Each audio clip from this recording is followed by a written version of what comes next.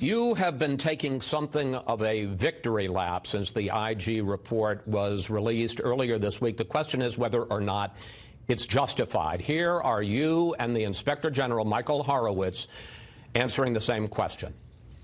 Do you think this is vindication? It is. I mean, the FBI's had to wait 2 years while the president and his followers lied about the institution. Finally, the truth gets told. Does your report vindicate Mr. Comey? It doesn't vindicate anyone at the FBI who touched this, including the leadership. The IG says you should feel no vindication. Well, maybe it turns upon how we understand the word. What I mean is that the FBI was accused of treason, of illegal spying. If you don't have a legal foundation to surveil somebody and you keep doing it, is that bad? Absolutely. Is that spying? It's illegal surveillance. Again, here is what you said about the FISA process and what the Inspector General Horowitz said this week. Take a look. I have total confidence that the FISA process was followed and that the entire case was handled in a thoughtful, responsible way by DOJ and the FBI. We identified significant inaccuracies and omissions in each of the 4 applications. 7 in the first application, and a total of 17 by the final renewal application. 17 significant errors in the FISA process, and you say that it was handled in a thoughtful and appropriate way. Yeah, he's right. I was wrong. I was overconfident in the procedures that the FBI and Justice had built over 20 years. I thought they were robust enough. It's incredibly hard to get a FISA. I was overconfident in those because he's right. There was real sloppiness. 17 things that either should have been in the applications or at least discussed and characterized differently. It was not acceptable. And so he's right. I was wrong. But you make it sound like you're a bystander, an eyewitness. You were the director of the FBI while a lot of this was going on, sir. Sure. I'm responsible for that. That's why I'm telling you I was wrong. I was overconfident as director in our procedures. And it's important that a leader be accountable and transparent. Hey, he's doing that, okay, to get out of it. He's saying I was overconfident. I was overconfident. In other words, I wasn't really involved. I thought that those guys were going to get it right. I didn't have anything to do with it. Unbelievable, man. This guy belongs behind bars. We're still director. I'd be saying exactly the same thing that Chris Wray is saying, which is we are going to get to the bottom of this, because the most important question is it systemic? Are there problems in other cases? That is not the most important thing.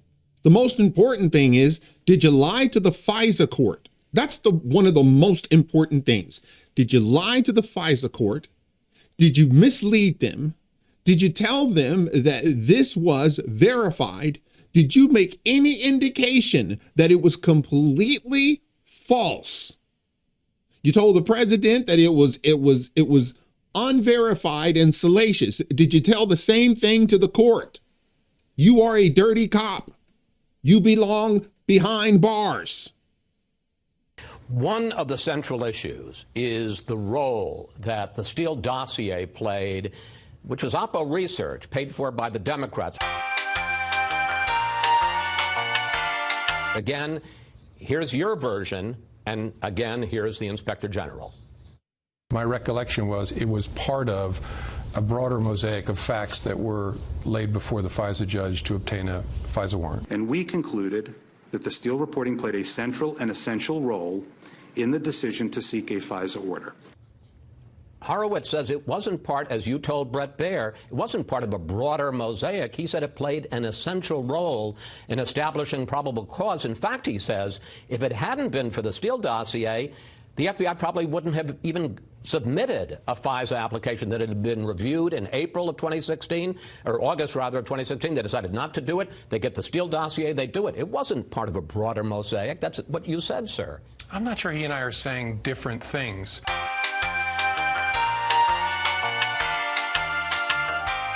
What his report says is that the FBI thought it was a close call until they got the Steele report, put that additional information in, and that tipped it over to be probable cause. It's a long... No, and no. No, that's not what he said. You liar. FISA application includes steel material and lots of other material. I don't think we're saying different things. Well, I think you are, sir, because he's saying, you're saying it's part of a broader mosaic. It's just one element. He's saying it was the tipping point. It's what brought it over. That doesn't make it part of a broader mosaic. It makes it the centerpiece of the whole. It's not even, it's, oh my gosh. It wasn't even just part of, it was the central artifact to get the FISA warrant. And you knew it was false. You piece of shite. You piece of freshly squeezed human excrement. Whole FISA application and the ability to surveil Carter Page. I gotta tell you, man, this kind of stuff, it drives me bananas. All right. Then there's the issue of how reliable the Steele dossier, in fact, was. On January 6, 2017, in the Trump Tower, you brief Donald Trump, president-elect, about the Steele dossier. That same month, the FBI talks to Steele's main Russian contact, the main person on whom he based the dossier, who says, according to the IG report, quote, Steele misstated or exaggerated the primary subsource's statements in multiple sections of the reporting. Director Comey, not only do you fail to go back to the president-elect or president after January 20th and tell him, oh, you know that report I briefed you on? Turns out it's bunk. But the FBI goes back and renews its FISA application 3 more times. And by this point, the FBI knows that the Steele reporting is not credible. They know it. That's the reason they were using it, because they knew it wasn't credible. That's the reason they lied to the FISA court, because they knew it wasn't reliable. They knew that. This is the reason you are watching, the reason why this man belongs behind bars. Yeah, I think you're mischaracterizing both what the FBI knew and what Mr. Horowitz says in his report. They didn't conclude the reporting from Steele was bunk. They concluded there were significant questions about the reliability of some of the subsource reporting. That should have been included in the renewals. But when hang on a second. Here's the one takeaway for all of this. Every mistake, the so-called mistake, every mistake, every, I don't know what you call it, omission, all of it, every mistake, every omission only goes one way. It's always against the president. Every mistake. If it was really mistakes, some mistakes would be in favor of the president, and some mistakes would be, exonerating. No. They actually got rid of exculpatory evidence. They doctored. I am amazed at this. Okay, for those of you who don't believe that James Comey should be behind bars, you need to look at this entire video and then send it to all of those lunatics of your friends and let them know, no, this guy is a consummate liar. I briefed the president. I briefed him on a small part of it that I told him I didn't know whether it was true or not. I didn't care. I just needed him to know about it. I think you're mischaracterizing. Steele isn't, or rather, Horowitz isn't saying that the subsource, the Russian contact, was unreliable or was inaccurate. The Russian contact said to the FBI, Steele is unreliable because he misrepresented. Steele misstated or exaggerated the source's statements in multiple sections of the report. He's saying, I told him one thing and he wrote something else. The FBI knew that. Yeah, but that doesn't drive a conclusion that Steele's reporting is bunk. I mean, there's a number of tricky things to that. First, you're interviewing the subsource after all the reporting has become public. And so as a counterintelligence investigator, you have to think, is he walking away from it because it's now public? Well, and that has to go into your assessment of Mr. Steele. It hadn't, I mean, if it had become public just barely, this is in January of 2017. This isn't 2 years later. Right, this is when it blew up, when it was published by whatever the outfit is, BuzzFeed. It was all over the news and had become a big deal. And so did you know all of this? All of what? everything that we're talking about here. Did you know that, in fact, the Steele report was the key for probable cause? Did you know that the FBI had talked to the Russian contact and he said what Steele said he had told him was not true? Yes, he did. Of course he knew. And knowing didn't matter. The only thing that mattered was Orange Man bad. Do you know this? You're the FBI director. First, again, the report will speak for itself. I don't believe the FBI concluded that Steele's reporting was bunk after talking to a subsource. But no, I didn't. As the director, you're not kept informed on the details of an investigation. So no, in general, I didn't know what they'd learned from the subsource. I didn't know the particulars of the investigation. But this isn't some investigation, sir. This is an investigation of the campaign of the man who is the president of the United States. You've just been through a firestorm investigating Hillary Clinton. I would think if I were in your position, I would have been on that, like a junkyard dog. I would have wanted to know everything they were doing in investigating the Trump campaign. He did know. He was completely in the loop. Guess who else was in the loop? Barack Hussein Obama. He was in the loop too. Okay? Don't think for a second that it was only James Comey. It was John Brennan as well. It was Susan Rice as well. They were all in on it. And they all thought that they were going to get away with it until they didn't.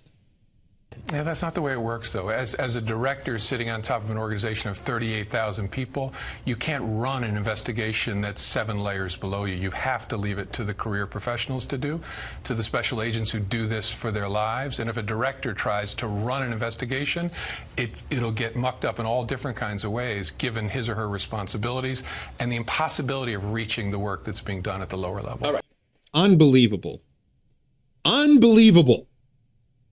You are investigating the sitting president. That's what you were doing. But then, it was a lower level, so I really wasn't paying a whole lot of attention to it. I mean, after all, I'm a big wig here. I got stuff to do. I can't be concerned with investigating the most powerful man on the planet. And then there is, I've left for last, the worst misconduct. In August of 2016, just 2 weeks into the investigation, the CIA tells the FBI that it actually has a relationship with Carter Page, that when he has these meetings with the Russians, he actually goes back and he tells the CIA about it. But you never tell the FISA court that. And in fact, in 2017, an FBI lawyer doctors a document. The CIA said, oh, Carter Page, he's a source, and he puts in the application, he's not a source. Yeah, I got to take issue with I'll answer the question, but one of the predications of your question, the Inspector General did not find misconduct by any FBI people. He found mistakes and negligence and oversight. No, that's not true. In the case of Kevin Kleinsmith, he has referred it for a criminal investigation. Right, but that's not been resolved. This business with the lawyer changing some email to a partner on the team. I mean, you make it sound like it's not much. It's quite very important. It's very important. I mean, not a source to not a source is a big deal. Remember how we... He tells the FISA court the exact opposite of the truth. He lied to the court. James Comey knows this, but he did it anyway. And maybe, I don't even know what happened to the guy. I think the guy was probably suspended, but he wasn't put in jail.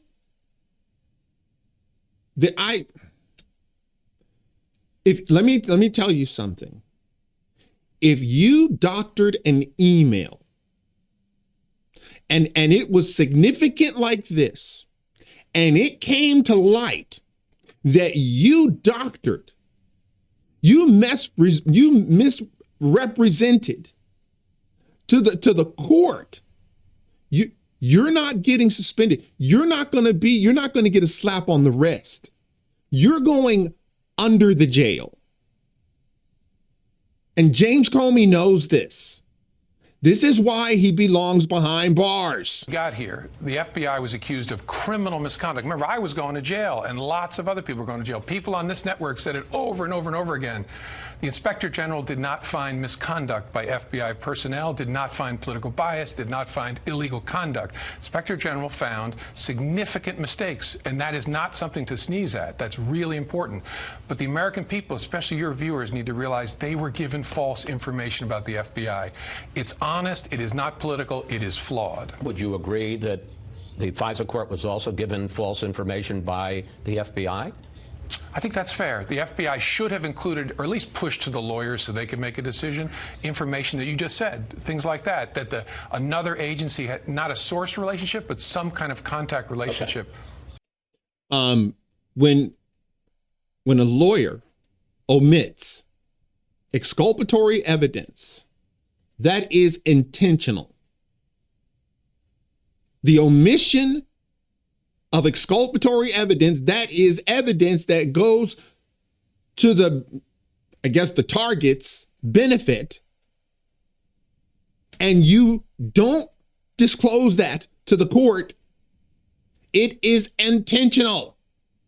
You are doing it on purpose. You are looking at a dirty cop. I want to get to three last questions. Okay. And one of them has to do with how serious what this is. You've talked a lot about mistakes or sloppiness. Horowitz concludes 3 separate teams made significant errors in 4 separate FISA applications on one of the FBI's most significant cases. I mean, the investigation of President Trump and his campaign. He was Trump. I have to keep correcting it. President Trump was not being investigated. His campaign was not being investigated. 4 Americans, 2 of whom were no longer associated with the campaign, were being investigated. Okay. This guy is like pathological. This dude, he is not. You're not looking at a normal dude. You're looking at a dude that is fighting for his life. He doesn't want to spend a day in prison, but he knows that's where he belongs. He knows how many laws he broke. That intentionally lying to a court, a secret court nonetheless, a court where nobody else knows about, where they can be looking at you, surveilling you, and you have no idea. This is the most un-American court in this country. He was asked how he explains it. Horowitz, here he is. It's unclear what the motivations were. On the one hand, gross incompetence, negligence. On the other hand, intentionality. Gross negligence, or they intended to do it. They intended to lie to the FISA court. You were in charge during a lot of this, sir. And in fact, you signed the FISA applications. Sure, I think I signed at least 2 or 3 of them. He doesn't conclude that there was intentional misconduct by these career special agents. No, he just says it's one of 2 things and he can't decide. Gross negligence or it was intentional misconduct. Well, that's what he said. I've read his report. He says, we are not concluding that there was intentional misconduct by FBI. Did you hear what he just said here? I did. I don't know the context of that. I've read. He was asked specifically, how do you explain it? And he said. He literally says it's either gross negligence or intentionality. But you can't have every single mistake only go one way and then say, he did. They were sloppy. They weren't sloppy. They were intentional. They did it to unseat a duly elected president because they hate democracy. For all of their blustering about their love for democracy, they hate it. The last thing they want is for the American people to have a voice. Gross negligence or intentionality.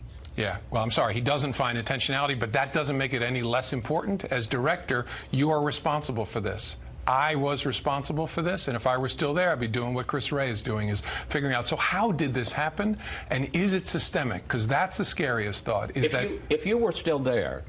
Unbelievable. This guy, if I were still there, I would be trying to get to the bottom of it. You are the cause of it. You are the cause of it. You are ground zero. You are the epicenter. It starts with you. You did this because you are suffering. You are stage 4 TDS. And all of this came out, and it turned out it happened on your watch. Would you resign? No, I don't think so. There were mistakes I consider more consequential than this during my tenure, and the important thing is to be transparent about it and then look to fix it and explain to the American people how you fix it. A couple of final questions. As you know, Attorney General Barr has been harshly critical of how the FBI conducted this entire operation. Here's how he reacted to the IG's findings of whatever you want to call it in the handling of the FISA applications. These irregularities, these misstatements, these omissions were not satisfactorily explained. And I think that leaves open the possibility to infer bad faith. Given the repeated errors, some would say abuses of the FISA process, does Attorney General Barr have a point? No. He does not have a factual basis as the Attorney General of the United States to be speculating that agents acted in bad faith. Why not? When every single mistake goes against the president, why not? James, why not? Well, why is this special? Facts just aren't there. Full stop. That doesn't make it any less consequential, any less important, but that's an irresponsible statement.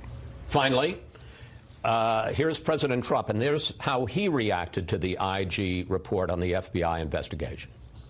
They've destroyed the lives of people that were great people, that are still great people. Their lives have been destroyed by scum, okay, by scum.